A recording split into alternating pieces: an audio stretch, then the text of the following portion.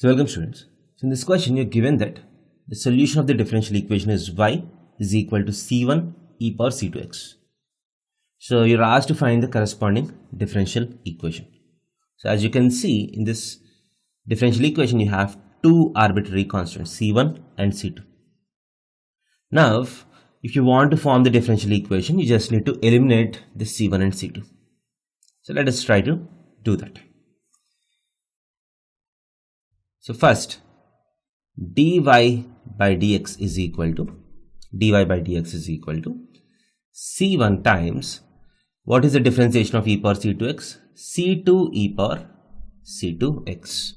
So we know that if you have two differential constants, we need to differentiate twice, and from those equations you need to eliminate c1 and c2.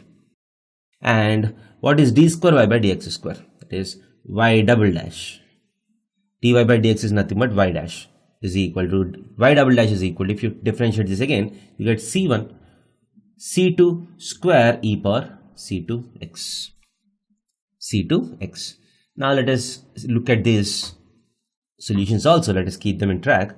So if I want to eliminate c1 c2 from these three equations, so first what I do is y times y double dash. What is y times y double dash? If I multiply these two, I get c1 into c1 square c2 square e power c2x into e power c2x whole square.